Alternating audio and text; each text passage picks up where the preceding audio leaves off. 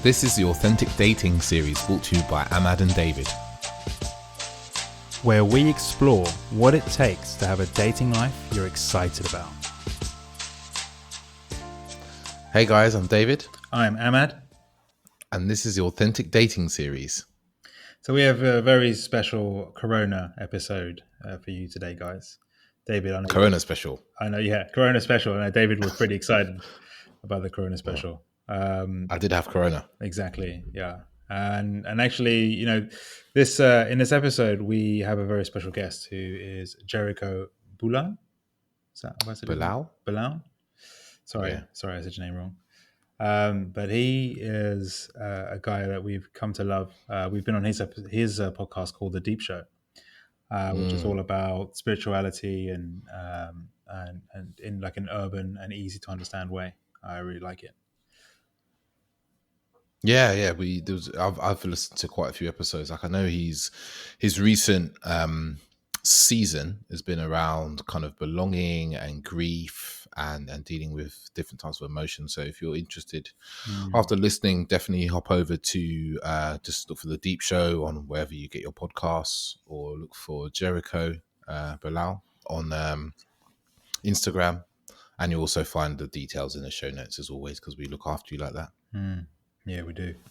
So in this episode, Jericho joined us, and we wanted to talk about like how are we dealing with Corona, and we'd speak about this on this episode from a dating perspective, and how one can focus their dating life, still focus on their dating life despite Corona, and what one can do during this time, especially if you're single and alone.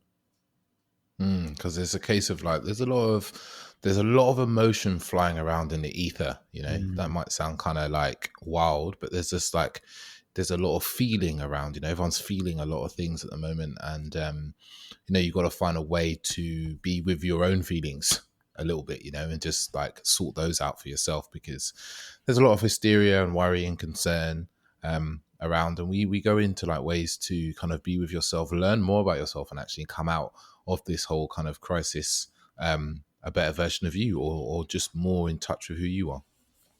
Yeah, totally. So I think without any further ado, we won't hang around here too long talking about Corona. So we'll get into the episode.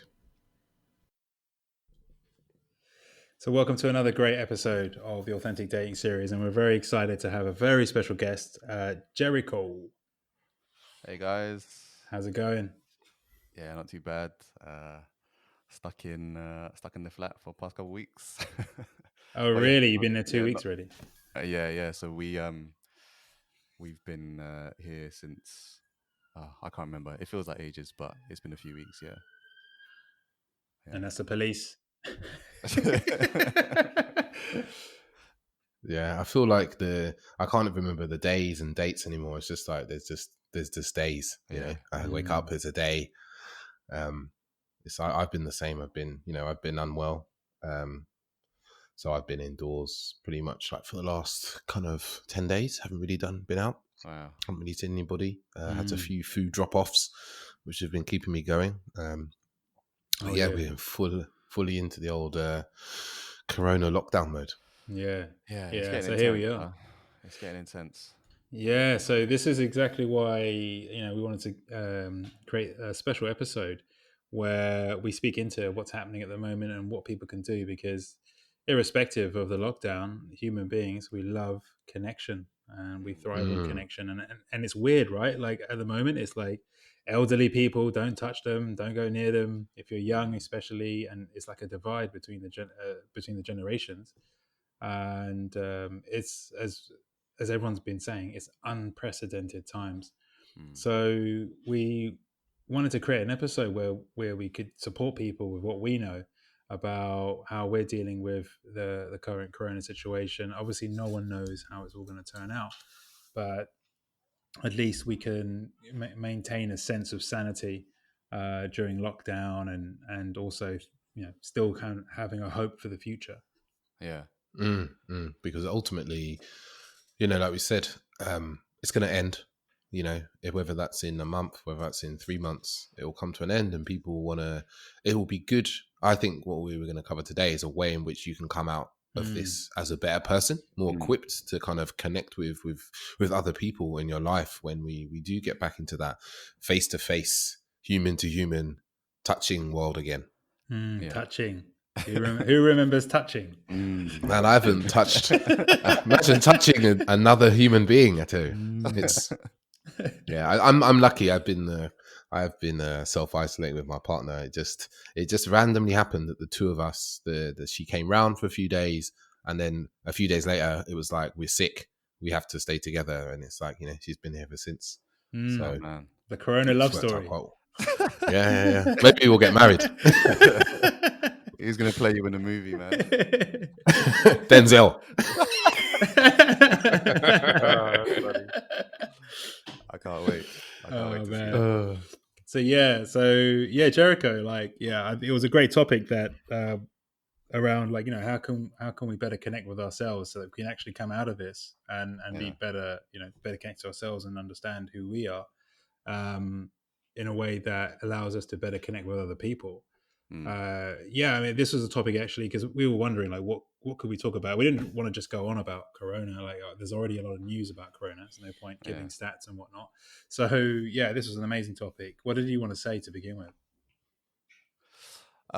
Well, I think the main thing for me was that, with everything escalating as it has been, I've looked at it more as an opportunity to slow down, right? And it's almost we've been forced to slow down, stay indoors. You're not able to do as many things as you used to be able to do. For example, I used to wake up really early, get ready, go to the gym, and then that whole morning routine has changed now because gyms are closed.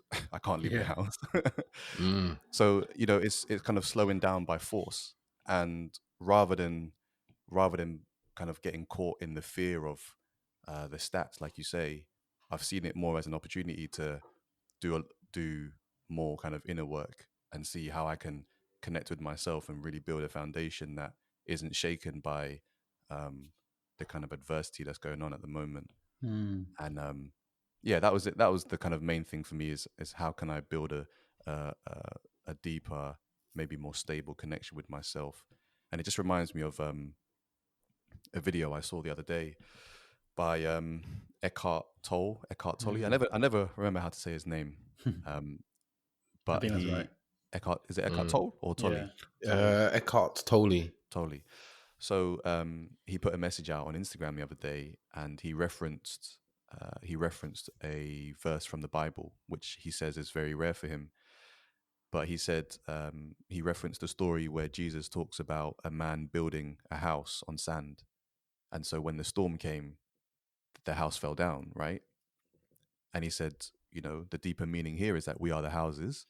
And if we don't work on the foundation, aka doing the inner work and understanding that we are more than just the physical body, then when adversity comes, when a storm comes, aka this virus and the fear that we're building around it, then we're going to go into panic. We're going to go into anxiety. We're going to break down. And so that really resonated with me, and it really kind of triggered a kind of a want to go deeper with myself, which I think is probably the best opportunity to do so because we've got so much time with ourselves now. So just to pick up on something, when you say doing the inner work, what do you actually mean by that? Because I know some of the listeners not necessarily going to understand that. Yeah, so we can do a lot of things externally, right? We can practice our physical skills. We can. The most easy example maybe is going to the gym, or physical exercise, and we can practice communicating with people, and we can practice listening better. We can practice, body language. If I'm trying to keep it kind of related to dating, right? But with the inner work, we're not looking at our mindset. We're not looking at our mental and emotional stability. We're not looking at those types of things. So doing the inner work is understanding how we work on the inside, so that we can then operate better as a person. It's like understanding. my see that is like understanding the kind of the different layers of what makes us do the things we do, like understanding our emotions and understanding our deeper beliefs about how we are operating, and then we operate externally outside. But once you do the inner work, is the understanding and the deeper understanding of why we do the things we do and why we feel the way we feel. Yeah, exactly. Yeah, that's really powerful, because I know for me especially, to begin with, it's very easy to put on a show. Like, I'm not supposed to. We talk a lot about this with the events that we do with Man Up, like how men expect them that men should be a certain way, and even I fall foul of that sometimes. And it's like, when Corona hit and the news started to expand about what was happening in the world, I'm just like, right, okay, got to be cool, got to keep it together. But actually, really deep down, I realized about 3 days into it, like I realized that, oh shit, like actually, I'm very scared, and I should just acknowledge that fear. And in fact, the way I think I started to understand that was because I started meditating. I started realizing like what was going on. I was like, this is crazy. I was going to say it's like it inspires crazy in a way. All right, so this is inspiring crazy in me. It's inspiring chaos, and I was like, right, I need to focus. I need to bring myself to a sense of I was going to just say a sense of being still, or a sense of being just calm and relaxed. And I started meditating, and I realized like, oh wow, there it is. Like in my chest, there was just this sense of dread, and then I was able to feel it, and just let it be, and just let that dread be, and then move beyond it, and start to get more present to my life again, and just that actually I'm okay right now. Like, yes, there's a lot of news, but I'm okay right now. So the question, I guess, is like, where do we start? Where do you start in kind of this inner work? Yeah. So, for me, I think one of the most important things we can do is just acknowledge how we're feeling, like you say, AJ. Just acknowledging how you're feeling at the moment. And one really powerful exercise that I've been doing recently is, first of all, acknowledging how you feel, and not necessarily giving it a name, giving it a label. It doesn't matter. It doesn't matter if you do that or not. But more importantly, it's how it makes you physically feel. Because when you can identify how you physically feel and how that emotion makes you physically feel, you can start to disconnect your physical body from your, let's call it consciousness, right? Your spiritual body.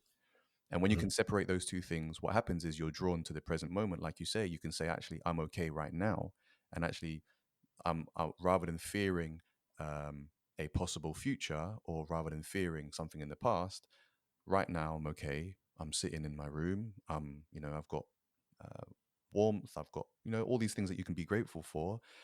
And for me that's one kind of really simple exercise that you can do anytime you catch yourself slipping into a state of fear, a state of anxiety, a state of whatever it is. Whenever you feel something physical, it's just to acknowledge it and let it, like you say, AJ, let it be. It's just to let them process, because if you ignore them, and I had a conversation the other day with someone who said, you know what, I like to keep myself busy, because sometimes when I'm busy, I feel better. And I was like, well, in some ways, busy is good, but what you're doing is you're just distracting yourself. You're distracting yourself from what your body is trying to tell you. And so if you don't listen and you don't sit down and let those emotions process, then they're going to stay inside. They're going to stay inside you for however long you leave them in there for. And then the situations in your life will start to reflect how you feel on the inside. So if you're holding this fear inside and you're not processing this fear, there's going to be situations that you encounter from in your day to day that are just going to start to reflect that fear, and it's going to feed into the fear, right? Whereas what happened with you, AJ, is that as soon as you noticed it, it didn't have any more power over you, and it just kind of released, right? So that's what I would say is a good first step.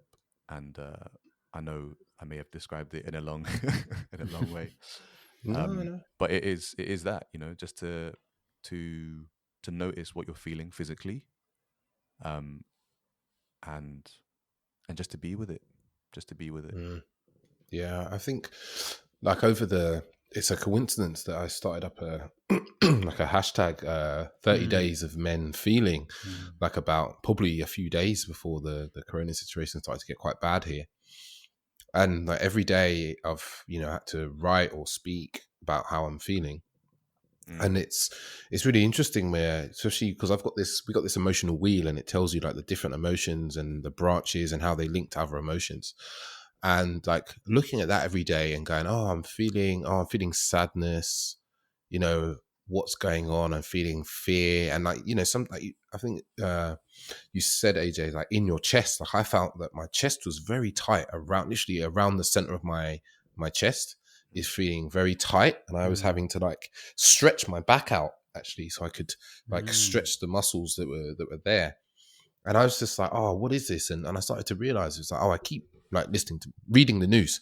I keep reading the news, and it's making me feel afraid. And I kind of, for a few days, I just said to my partner, I was like, I'm not going to read the corona news. I'm not going to read the news because there's nothing new in the news.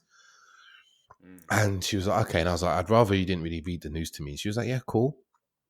And we found that after, 24 hours of not reading the news, we just felt better because we were in how we were feeling in the moments that we were together. Like, we were both unwell. So there was that kind of concern around, okay, we're feeling unwell. What does this mean? Are we going to die? Like that was a real consideration. It's like, are we going to die? Because all we hear about is people dying. And it was like, actually, we're not going to die because we're young, we're healthy, we're checking our symptoms like every day in with each other. And it is like, if you just busy yourself with other things to do, which is very interesting, easy to do now, in this age where like, Instagram's always there, Facebook's always there, everyone's posting pictures and updates and memes and blah, blah, blah. It's very easy to just distract yourself from how you're feeling and how your body feels and not really check in with your body. Whereas actually it's just so important just to go, I am feeling X, like I might be feeling afraid, I'm feeling anxious. And it's nothing wrong with feeling those feelings. Like, I think a lot of the time there's that, I shouldn't be feeling a certain way. Yeah. But actually it's like, no, however you're feeling is totally fine. There's no way you should or shouldn't not be feeling right now. Yeah. Something actually, I just want to go back to something you said there, Dave, which is because I've noticed, I just came, I just went to the shops, I went to Tesco's. It was a rather large one. And after I left, or even while I was in there, my stomach started feeling really weird. Like like I had a flu or stomach flu or something like that. Like, and I came home and I laid down and I was like, is my breath short? I was like, Yeah. and I noticed that like currently with all the news and the information that's out there, I noticed that what I was experiencing was essentially, as soon as I'm around people now, I have this like I was wondering, is this psychosomatic? Like now that I'm around people, and this is the news, don't be around people, large groups, I start to automatically feel like, oh my god, something, I've picked up something, I've touched something, or something's wrong. And it's like, whether it's watching the news and making assumptions on that, or just from how these things unfold, once it's in, I realize like once that information's gone in, how automatic my feelings start becoming, whether when I'm out and about or what I'm doing. Because actually I've been feeling fine all day or week and stuff, and actually I just realized that sensation has gone. But when you mentioned that, I was like, yeah, like if I didn't stop to acknowledge it and realize that I've just been in the supermarket and I'm probably carrying some fear in my belly of some sort, like there's a reaction in my body to the information that I have been told and what I've been experiencing, and my body's kind of going, bro, you should be worried. You should be concerned now. You've been around people, you could have picked something up, and there's a high percentage, and so on and so forth. And so it's I feel like actually this experience that we're going through, because on one hand it's true, like if we don't listen to the news and you don't pay attention to that stuff, mostly because I never really used to listen to the news much. In fact, I've probably read the news and gone to news websites now more than I have done in the past 2 years, like in the space of 1 week, right? And there is a flip side to this, which is it's also not the right thing to do to not listen to the news, because the situation could be getting fucking devastating out there. And then if we're just cocooned in our houses, not looking at what's going on. Yeah. So it's almost like, to be aware actually gives you the power to be able to enter into the news and the media and see what's going on, and then not be affected by it, and not be completely taken by it. So I thought that was an interesting thing you said, because it's like, it's so true. We get so triggered easily as human beings. We're such simple creatures, I think, that we don't even realize. Yeah, I think that's exactly it. And it's interesting you mentioned that, because what I was going to say next was, there's this whole thing of, if you don't allow yourself to process how you're feeling, you're going to buy into how other people are feeling. And that's how we get so attached and so drawn into other people's feelings. And so if you're, for example, watching the news and they're trying to sell you fear, and they're trying to sell you a state of panic, and you're not approaching that from a kind of centered place, is what I like to call it. When you're neither here nor there, you're not in any of the extremes of your emotions, but you're kind of centered in yourself, right?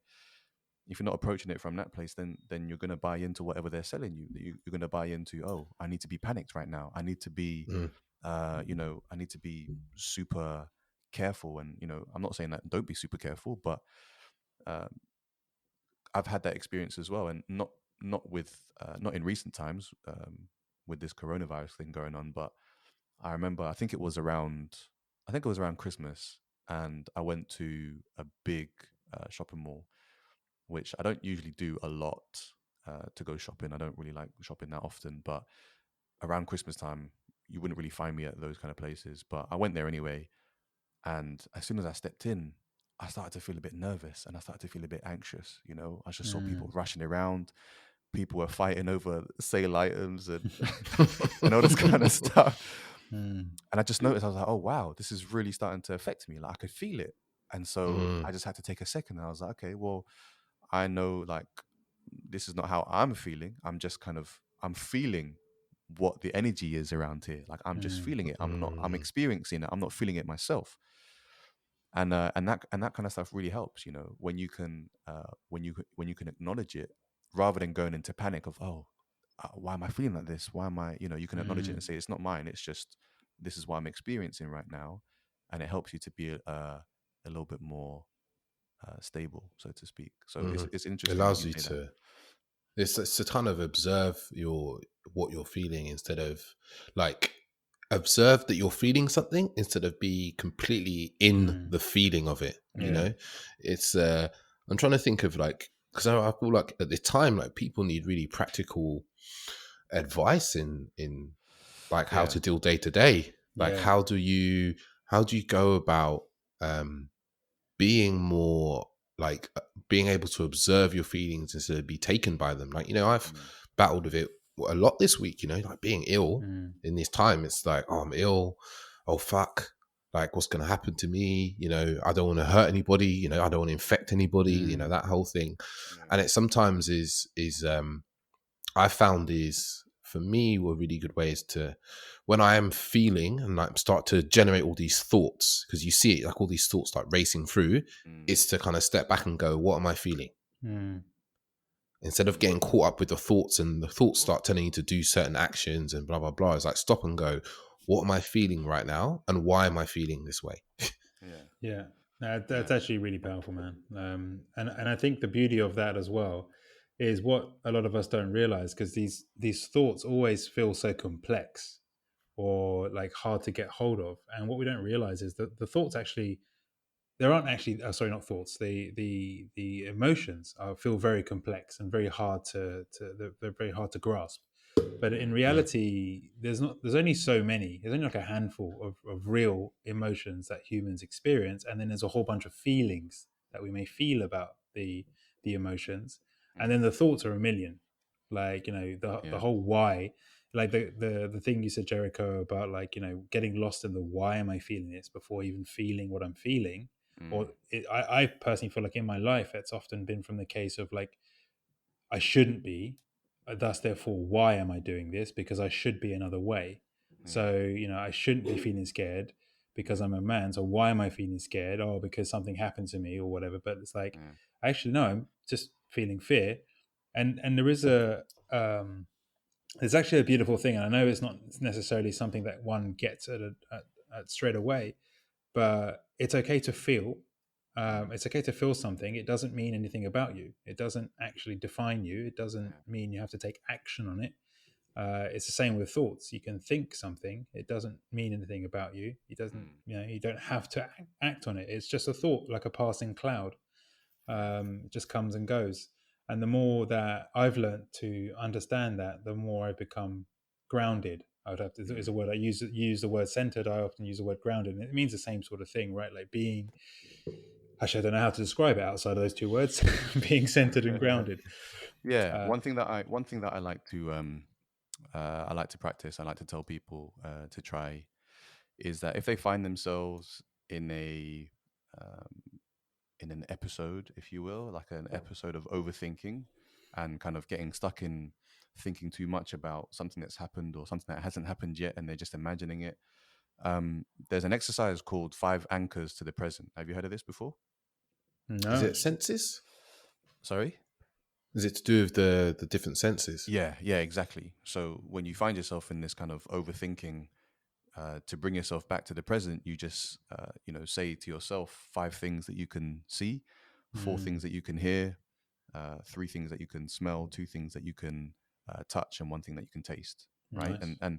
and when you do that and take the time to do that, it brings you back to the present because you're looking at things around you, you're hearing things around you, rather than Mm, being in your head and thinking about something, some Yeah. imagined future that hasn't happened, or a circumstance that might be happening to you. It's really easy to do, and it's really effective. Um, so in those times, just going back to your point, David, about practical advice, if someone's trying to connect with themselves more and they find that they can't escape from the kind of racing stream of thoughts, then try this 5 anchors to the present exercise. I like that. And when they've anchored themselves in the present, then they've got the space, they've created that space to start understanding how they feel. So it's like, okay, well, now I'm here right now, what am I feeling where I am, Mm, rather than mm, saying I'm feeling this because I'm thinking about a future and it's making me feel scared now. It's okay, well, I'm actually here right now sitting in this chair, you know and I feel XYZ. I don't know, but yeah, I think it's a good kind of starting point to start asking themselves that question of how do I feel, is to just be present first. totally agree. I think it's we live in a world now where presence isn't it's almost like it isn't promoted. It's you avoided, know, I'd say. Yeah. Mm. yeah, it's like, oh, actually, let's all think about something different and talk about something else. Yeah. Like, even the news, it's not really. They're generally talking about the future fear, Mm. what's going on. It's like, oh, actually, if you sit at home, like a lot of people. The truth is, a lot of people are very fit and healthy right now. Mm. They're totally fine. They have enough food. They have enough shelter. Like for right now, they're okay. Enough toilet That roll as well. enough toilet roll. No, bruv, I haven't seen toilet roll in the supermarket for about 3 weeks. Yeah, it's crazy. It's in my house, bro. Like, are you one of those guys that's just rolling around in it? You got I've the definitely got shipment. enough. I've definitely got enough. Yeah. I think you're right. I think you're right, David. I think they. Well, I say they. There's not necessarily people who do this, but um, we always tell ourselves that there's something missing from right now. Mm. We always tell ourselves that if I had something else, then I would be okay. If I had this, I'd be happy. If I have this, I'd be successful. If I have this, I'd be. We always tell Mm, ourselves that there's something missing, and all that is doing is affirming to ourselves that we don't believe that we're enough right now with whatever we yeah. have, with whatever Yeah. we're doing, with wherever we are in our career, our relationship, whatever it is. We're just telling ourselves and then confirming and validating to ourselves that we're not enough right now by craving Yeah. something else and by telling ourselves that Mm, something's missing. So, you know, this is another reason why it's really important to go inwards and see that actually where you are and who you are right now, you have everything that you need. You've got everything that you need, and it's just about that kind of disconnection from this external physical world where it's, we have to live in this world. But when you can connect to something deeper than that, it's like, oh, actually, I'm connected to this kind of this endless uh, source of creativity, and I can create things for myself, right? Whether it's creating a relationship with someone, whether it's creating a connection with yourself, or you can create these things because that's who you are. And so I think it's a great opportunity, now that we've been forced to stay home and really spend time with ourselves and the people that are closest to us, is to do this type of work and to understand how to disconnect from the fear and not buy into other people's emotions, but to be more grounded in yourself and understand what's going on in not just inside your head, but in your body as well. To see what's really real as well. Yeah. Mm. Yeah. I think one of the things we were talking about before we started was like how meditation has been important for all of us. Like in these times, like even during me being unwell, I've still managed to like sit down and meditate for, whether it's 10 or 15 minutes in the morning. Yeah. And I kind of plan to up that and get that to kind of 30 minutes. And I've found that, because the thoughts are just running away, just like about what I need to be doing, I should be doing, or I haven't done, or what I've forgotten to do. But like every day I do a little bit more meditation. My mind's a bit calmer. It's a bit more relaxed about, the current outcome, the current kind of situation. And it's something I highly recommend to people during these turbulent times, is just like spending that a bit of time just with yourself and your own mind, and just going, I'm just going to concentrate on a singular thing, whether that be however you choose to meditate. Like I've been doing a lot of just like simply concentrating on my breathing. Like I know people like guided meditations. I'm a big fan of those as well. Moving meditations, but whatever way, it's a good way to just, be distraction free. Yeah. I really like meditating. It's a practice that I've put in place for myself more kind of frequently this year. I've been doing it for a while, but kind of on and off, just because there were times where I felt like, I'm good today. I don't need to meditate today. But this year, I made a promise to myself that I would prioritize having that time with myself, because I just understand the value of it. I understand, the value of having that time with yourself. And I'm not sure if you guys have heard this before, but it just came to me now. It's quite funny. Someone said everyone should meditate for 15 minutes a day, and if you're too busy, you should meditate for an hour. And so, wasn't it Gandhi said something like that? Like really? I think it's something like everyone should meditate for a certain about period of time, and it's like, and on busy days you should meditate for twice as long. Yeah, exactly. I think that was his practice, and actually, it's something that I started to understand late last year. And I wouldn't say I meditate regularly or more than even sometimes 15 minutes a day or something like that. But what I have understood is it goes back to what you're saying, Dave, about presence. Because when you meditate, it's easier to be in the moment. Like, and so let's say I meditate in the morning and I do like 15 minutes. I notice in general that throughout the day, my general sense of self and my racy thoughts are not so volatile. And so if I'm busy, as in, and busy to me would mean there's a lot of different things happening, and I need to keep an eye on multiple different things happening, or there's just a lot going on, right? Or the potentiality for a lot of stress. By meditating, I'm putting my mind into a very focused state that as I move through the day, I remain more in that state, as opposed to getting distracted or overwhelmed or frustrated or annoyed or angry in regards to the emotions. And I tend to just be I just tend to fare better.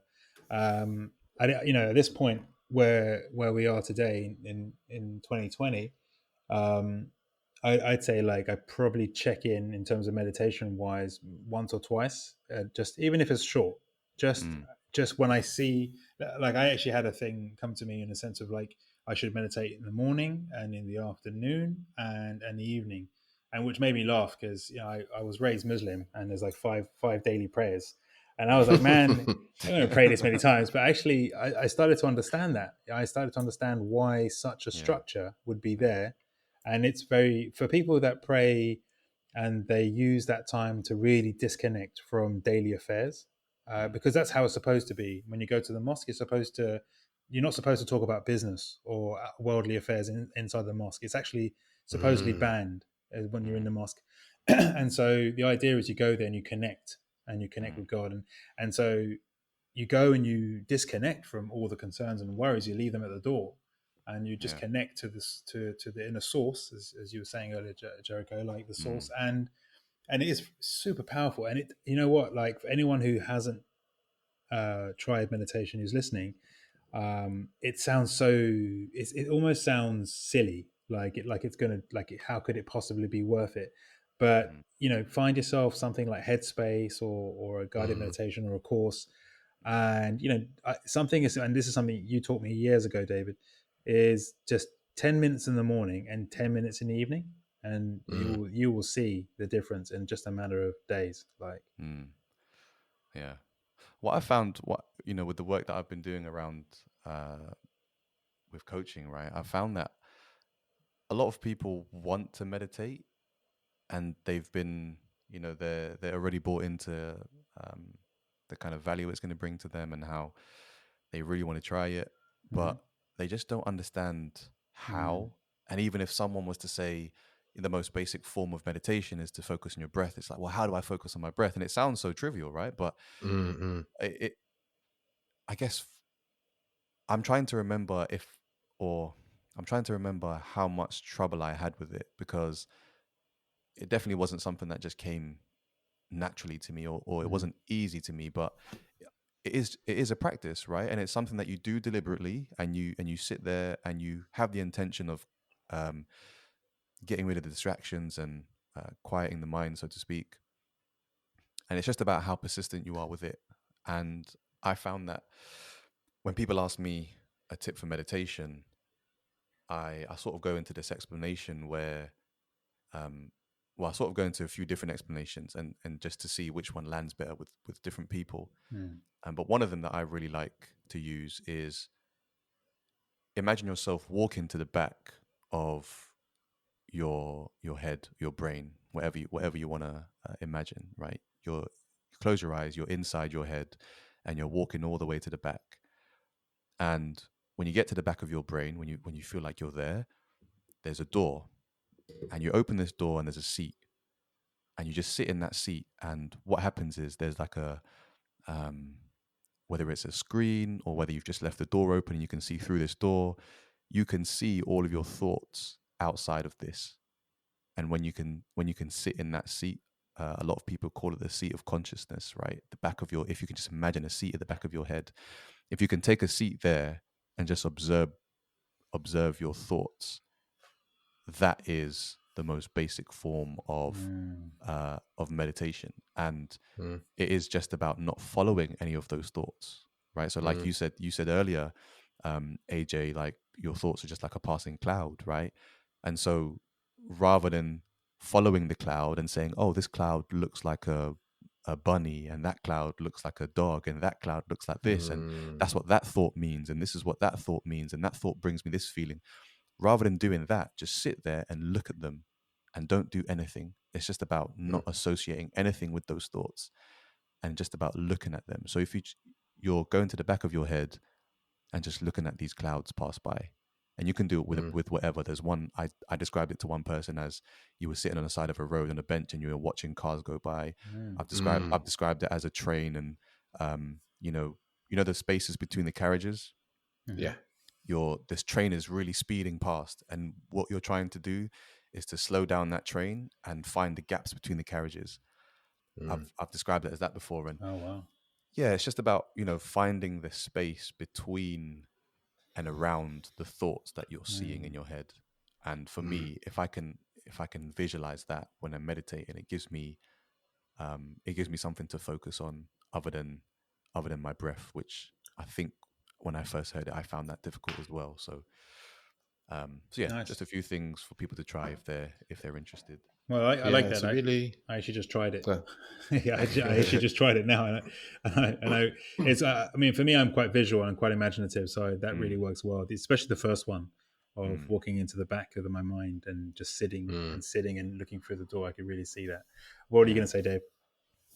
well, I was thinking of, it's kind of how, the way I would use Headspace a lot, probably about going on 3 years ago now. So when I kind of came back from my travels, I started to use Headspace then, and the guy Andy describes it really well. He's like, it's like, it's kind of what you said about the cloud, but he said, normally it's as if what we normally do is the clouds, we actually try and grab them and hold on to them and ride them and analyze them and dissect them. So it's like, there's that cloud up there that's your shopping list, and it goes past you, and instead of letting it go past, you're like, let me add something to that list, and then let me take that other thing off there, and maybe I don't want to get that type of melon.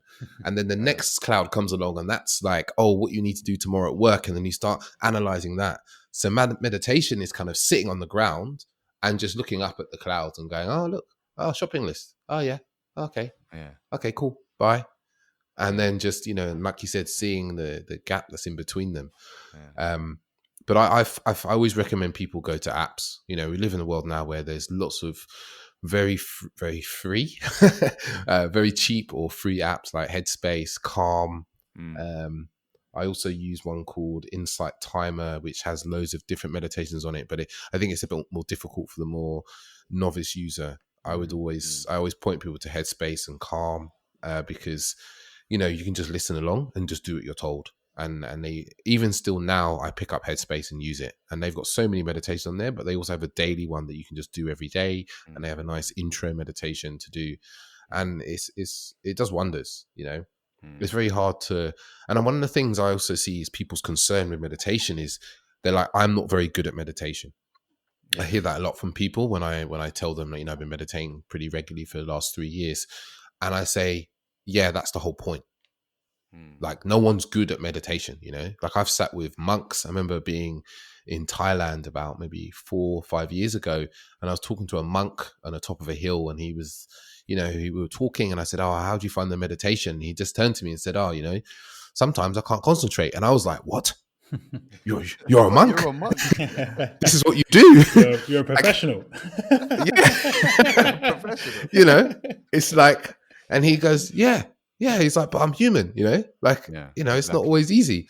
And you're like, I was like, man, there's hope for me. I can be better than the monk, but it's like, actually, like, it's like some days, there's times where I've done a meditation retreat that lasted 10 days, and all I did was meditate for 8 hours a day. And now, sometimes I'm sitting there and I completely zone out. I'm meditating and I'm thinking about all manner of things, and then I have to bring myself back. But that's the whole point of the meditation, is that you continually do bring yourself back to whether your breath or some sensation or whatever. And it's like, just keep doing it. It's like, there's no good or bad in meditation. There's just doing it, and I think that's part of the learning, is like, it's just the doing, to sit down and do it. And it's in these times now where there's so much like emotion in the air, so much like conjecture about what's wrong, what's right, what people are doing, what you should be doing, what you shouldn't be doing. And it's like, how do you know who you are in all of this? Well, I think a really interesting thing of all of that is, especially because it's right now the situation with Corona and what's happening in the world, because it's such a volatile emotional experience, that it really does lend itself to us understanding how we think and feel and what we end up doing. Because I realized, as you said that, like, a lot of people are probably just pointing the finger at Boris and blaming Boris for not taking action, or someone else, or perhaps for the people in Wuhan and the Chinese, and they haven't even started to really reconcile their participation in everything. And that's actually, for me at this point, it's actually quite sad, because it's not to say that nothing is happening outside and that everything is our fault, but rather, the only thing that what this boils down to is a quicker way of saying it would be like, control what you can, and learn to surrender to what you can't. Like, I realized very quickly that if this is what they say it is, then there's no point. Like, there's no point, trying to wash my hands every 5 seconds and wearing a face mask and this and that. Like, I just realized that everyone's going to get this. I was like, okay, well, everyone's like, like, it's like seeing the wave come and going, okay, this is definitely going to hit. There's no point freaking out about it. Like, it is what it is, and I can only do what I can in the moment. Like, right now, I can't jump forward into the future and see what's happening. I don't know what's happening even tomorrow. So, I just do what I can today and hope that it's enough. I just hope that it's all good. And so I'm learning a lot in regards to like how I am, what my fears are, what my concerns are, and taking it back to the original concept of like, how can we better connect with ourselves. It's like, this for me is really teaching me about stepping up. I mean, my personal experience of what's been happening around is I've had to take on a lot of responsibility very quickly. I've gone from, having a very day-to-day job, and things being, not completely impossible or whatever, just but sometimes mundane and whatnot, to all of a sudden, because I work, my day job is working in care, for those who don't know, and I manage a care home, and all of a sudden I need to protect that house, and I need to figure out for every single person in that house how that's going to happen, and I'm not the only person that can do it, but I'm the chief of that concept. So whatever I create, it has to be something that can possibly work and work for everyone. And I noticed how in other people, and I just observed for other people, including David, I observed like how everyone was going into their particular mode of dealing with stuff. And I think that this is really important, because when everything simmers down with the pandemic, like, who we are after that and who we've become is going to be vitally important to ourselves and the people that we're in relationships with and we develop relationships with. Yeah, definitely. I think something that came up for me while you were saying all of that was we were talking about meditation and how to acknowledge how we're feeling and be objective with our thoughts. Um, you know that is kind of the basis, right? That's the kind of foundation of a meditation practice. And I read a book recently by Dr. Joe Dispenza, who I believe he's like a physicist and I want to get this right. I think he was also a psychologist. He studied psychology and he's also a quantum physicist or something like this. Anyway, the book was about how to rewire your brain so that you unlearn the habits that you have and unlearn these things that you're carrying around with you, right? So I guess it's kind of connected to what we're talking about now about creating a deeper connection with ourselves. The basis of the meditation is to identify those things and how you're feeling, and then he goes on to explain further steps in his particular meditation that he's outlined to then start creating a new person. And I can't remember the name of the book right now, but I'll send it to you guys afterwards. You can leave a link or something. Cool. Definitely. But it's really interesting because he explains the science behind it, and he says when you're going into a meditation, you're slowing your brainwaves down, and when you slow your brainwaves down, you're more kind of prone to quote unquote programming, right? And so you can, as long as you can identify certain programs that you want to undo, you can do that, and then you can choose a new program to quote unquote install. Wow. Right. So I followed it's a 4-week long kind of, it's not really a course, but it's 4 weeks long anyways. And each week he tells you to add on a few steps to your meditation. And, you know, the idea there is that when you sit down and meditate, you're a different person you're a different person when you stand up from that seat, Wow.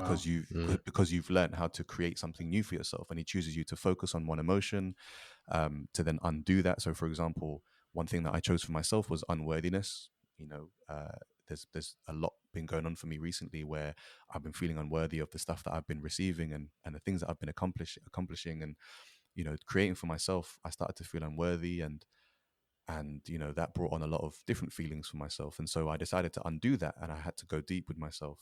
And then I started to create a new feeling, you know, a new feeling of confidence, a new feeling of worthiness, a new feeling of, you know, love for myself.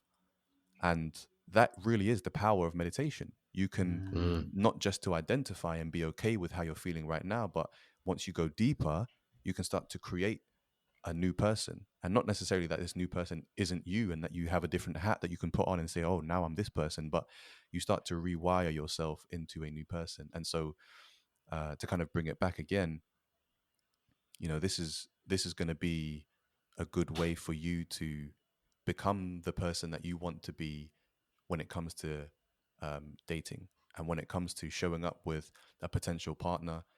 What would you like to be? Would you like to be someone who's a good listener, someone who's, able to, understand how someone else is feeling? Would you like to be someone who's open and honest? Would you like to be, you know, like all these things that you can start to identify and how you would like to be with someone, you can create that for yourself. And so that's part of the kind of bigger, the bigger picture, if you will, of how meditation can help you. A meditation practice, anyway, can help you um, to undo all of the things that are harming you and blocking you, and then to open up all the possibilities that you can become. Beautiful. I love that. Yeah. Yeah.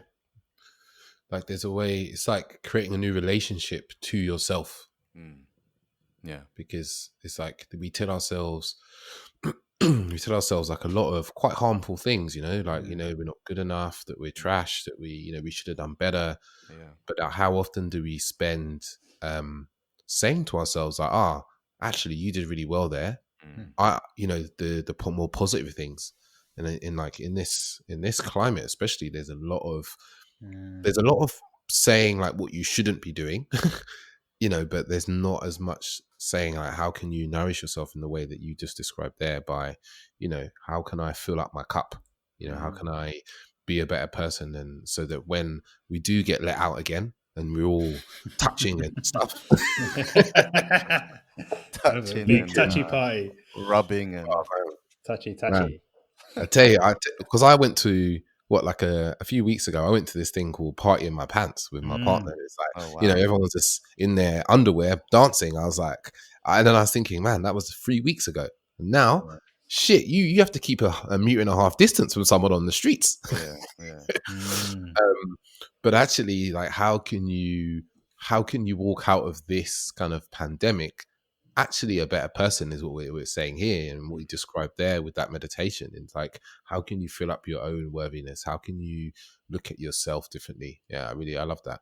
Yeah, that was beautiful. I mean, I've actually been hearing more and more about Joe Dispenza, as a friend of ours that David and I had a dinner with quite a while ago now, and he was talking very highly, and he'd gone along to some of his courses, and especially around visioning and and creating, right, from that space of change. That's beautiful. Thanks for sharing that. It was really nice. Yeah. One of the other things I think right now is incredibly important, actually, is, you know, we've talked about, you know, meditation and deepening your understanding, you know, with yourself. We've talked about, you know, kind of emotional inventory almost, you know, like looking at your emotions and taking stock. But there's also a communication piece at the moment in actually talking to people how you feel. Because, you know, we're all feeling a lot of things right now, and like there's going to be, for a lot of people, different stories running about like how they're feeling. Like they shouldn't be feeling a certain way, they shouldn't talk to people about how they feel. Like, you know, there's that old, I'm just reading a book at the moment called Mask Off. I think it's by JJ Boller.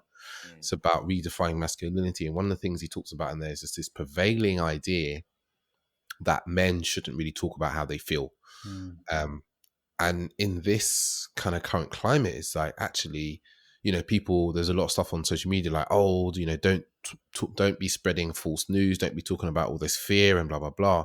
And it had me kind of stop and go, oh, maybe I shouldn't be sharing how I'm feeling, and I'm feeling afraid, or I'm feeling like sad, blah blah blah. And I was like, oh, actually, I had to step back from that. I was like, no, I'm feeling how I'm feeling, and it's important to put it into words and describe that and talk to people about it, because it also gives permission to other people to go, this is how I'm feeling as well. Yeah, yeah. I think that's really important, and I think maybe maybe what the message behind, you shouldn't be sharing this and don't tell people how you feel and that kind of stuff is, maybe the message behind that is, you know, check in with people before you share, That's a very good point. because sometimes it's valuable and useful for the sharer, but the person on the other end might not have the tools to receive that, and to process that and to unwind that, Very and true. to hold a space for someone to start sharing, and it might become overwhelming, and then they might just start um to kind of vibrate with that same energy, and someone's offloaded it, and now they're just stuck with it. Mm. So that's something that I found quite powerful, is just checking in just before. Is like, okay, well, uh, I'm about to, I feel like I want to share something with you. Is that okay? And I think it's a powerful thing to ask.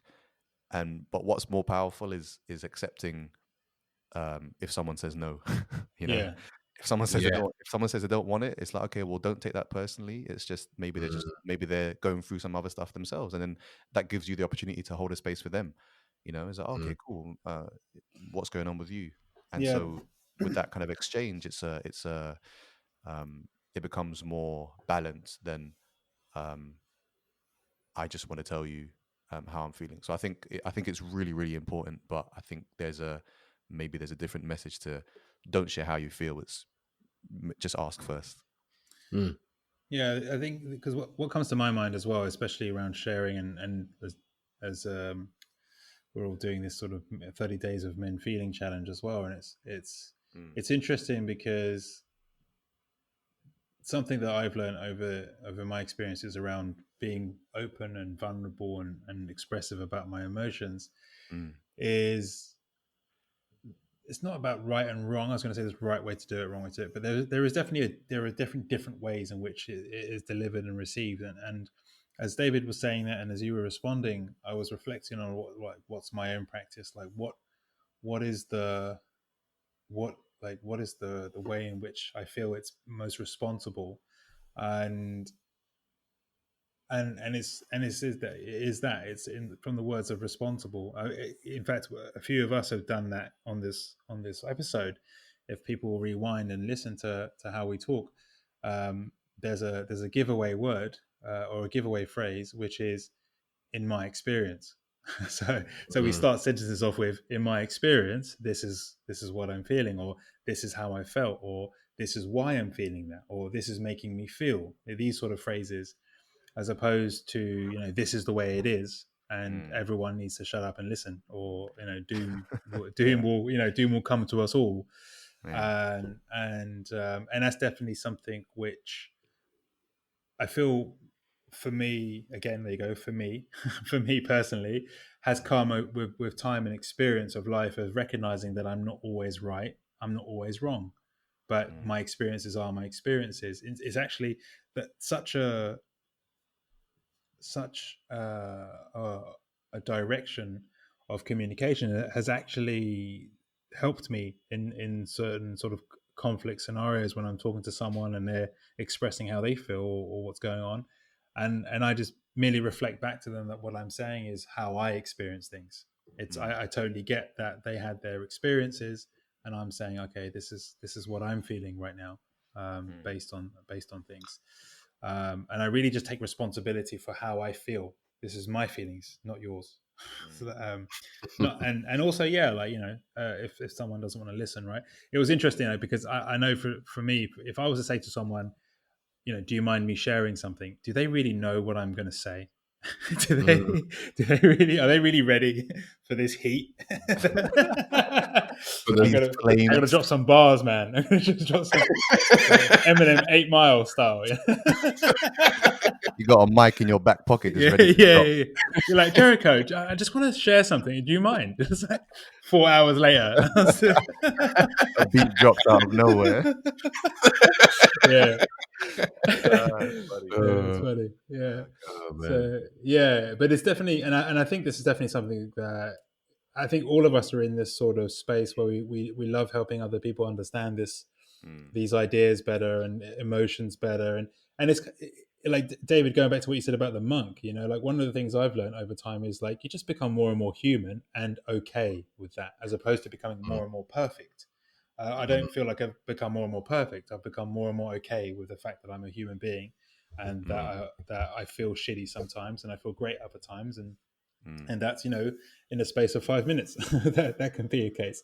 So yeah, I think that's something that we definitely have to, like, you know, share more of. It's not just about speaking vulnerably, but also what does that mean, and how do we actually go about doing that responsibly? Because it does, as Jericho pointed out, man, it's like some people will just be like have a meltdown based on some of the things, or take it personally, you know, or be very reactive.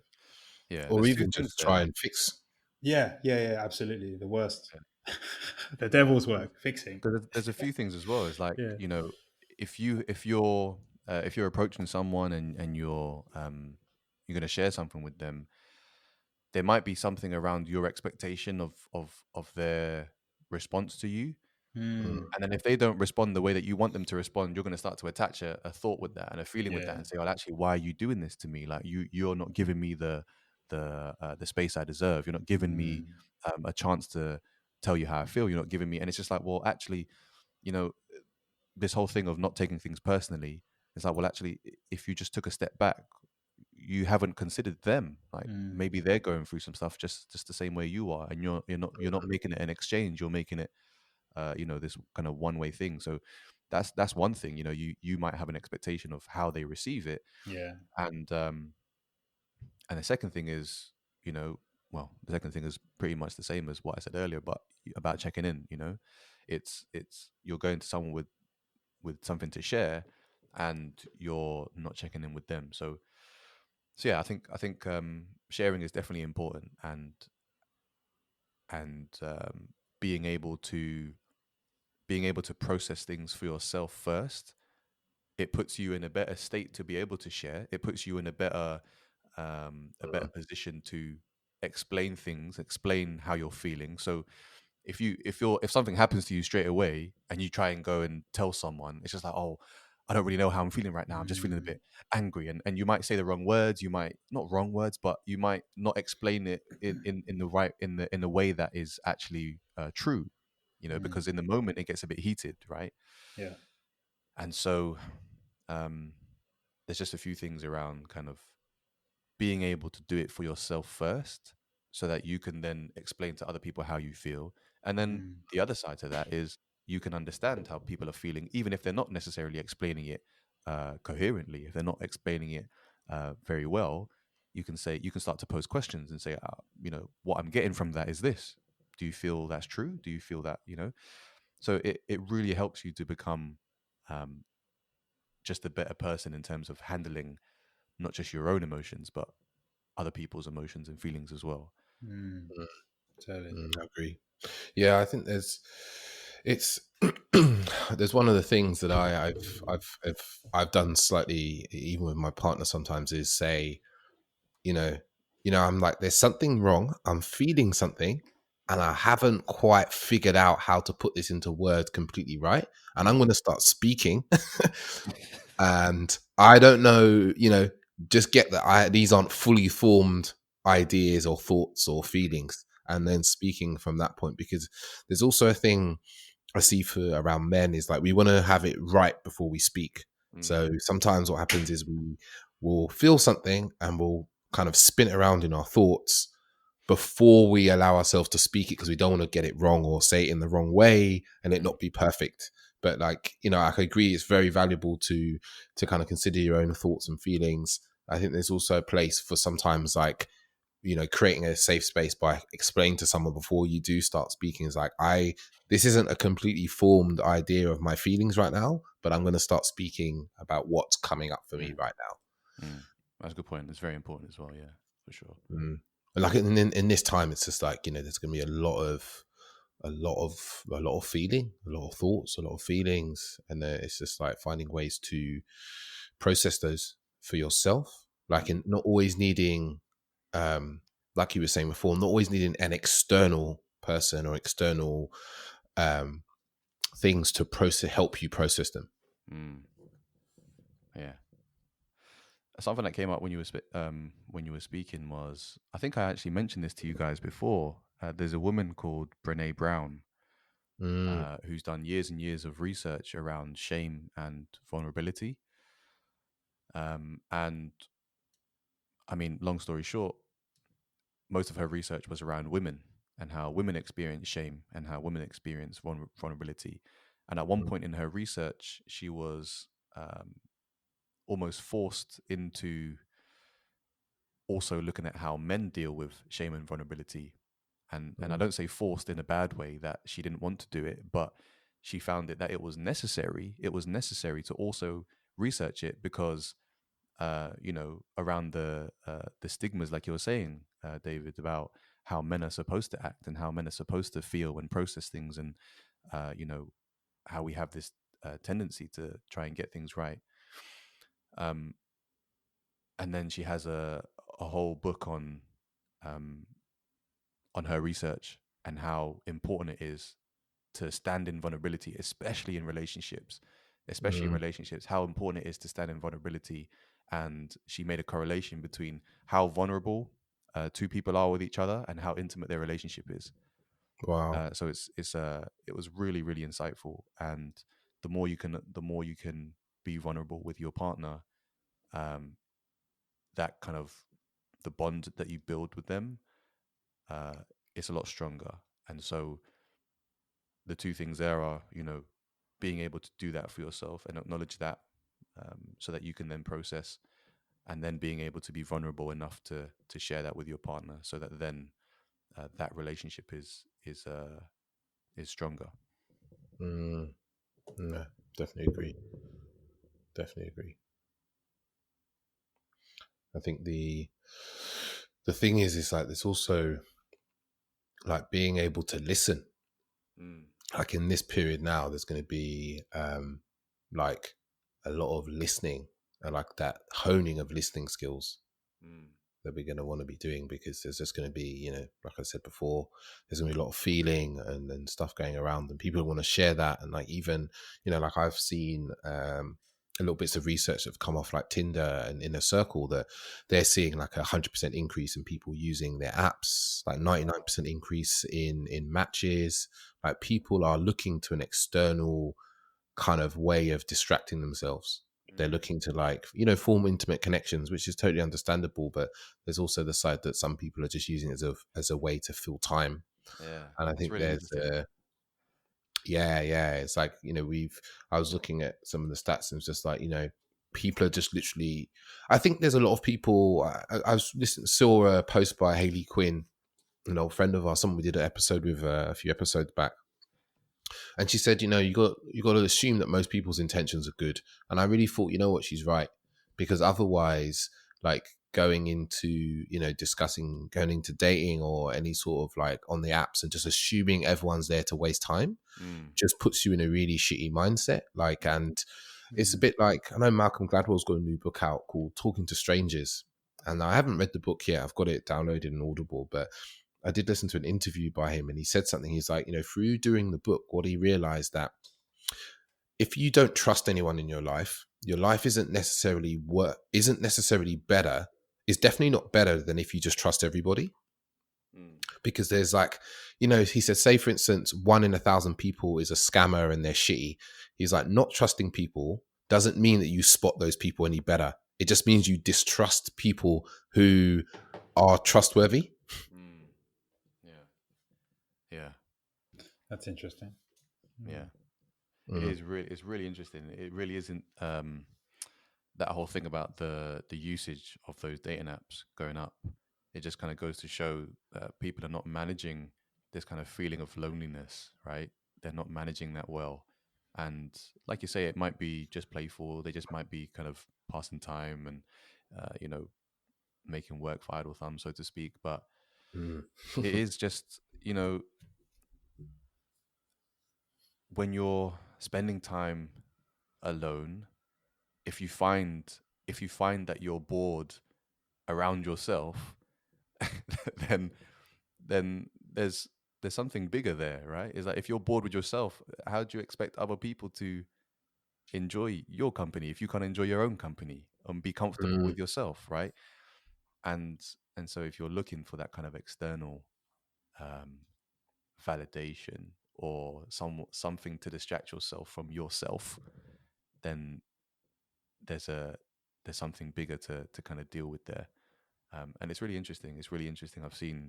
Um, I've seen a lot around how people are dealing with being alone, and you know, you can look at it in two ways, right? You can say, well, actually, people are um, craving deeper connections with other people at this time of when we're forced to be indoors, and which is understandable.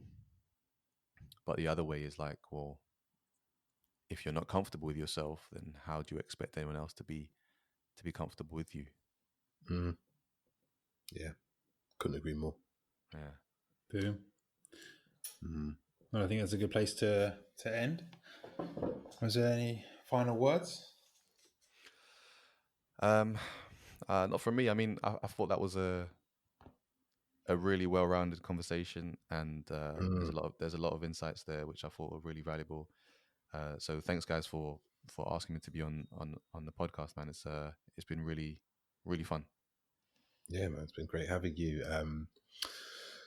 Yeah, where can people check you out? Like, you know, where's your videos, materials, socials? Yeah, man. So on Instagram, I'm Jericho Bulaon, and I guess I'll kind of just send you that link. I'm not going to Oh spell yeah, my name. that'll be in the show notes for people. Yeah. People struggle with your um, spelling sometimes. and I've also got a podcast of my own called The Deep Show, um, which is on Spotify and Apple Podcasts and also on YouTube. And it's just a show about, um, I guess the overarching theme is self awareness, Mm. and I just get into people's stories and um, trying to get a different perspective. So my first season was just kind of a generic season where I'm bringing people on and getting into their backgrounds and their stories and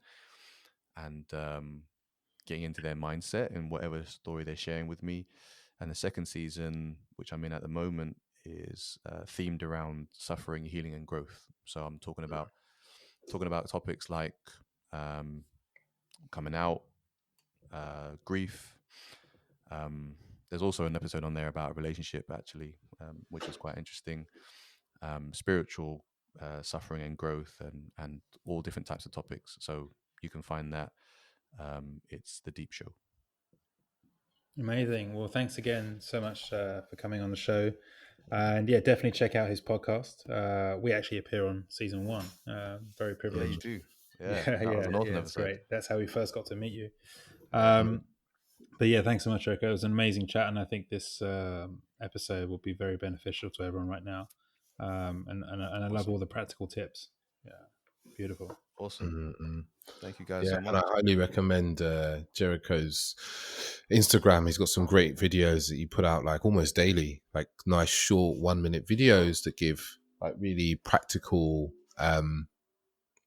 just like really good short bits of information for people to digest about, you know, whether it's self-awareness, how they're dealing with their emotions, and how they're tackling different things. I really love your videos. Ah, cheers, man. Cheers. Yeah, it's amazing how you fit so much information into 1 minute. I barely get started in 1 minute. Oh man, I mean, what you see is the finished product. Like, you don't see how long I sit there and. But yeah, it's Amazing. no, it's fun, and it's nice to be able to share so much on a platform like Instagram, where it's mostly just filled with food or women or pets. so yeah. Cool. Thanks again for having me on, guys. Really appreciate it. No, it's been a pleasure. Awesome. All right, take care. Cool, buddy. Cool, man. And obviously our listeners can find us on Instagram as usual and stuff like that. Like, we're going to be probably putting together events during this kind of lockdown period. So stay tuned for what's going to come up there. Awesome. Yeah. Cool. Awesome. All right. Cheers, guys. All right, people. Bye. Ciao, ciao. Cheers. Bye-bye.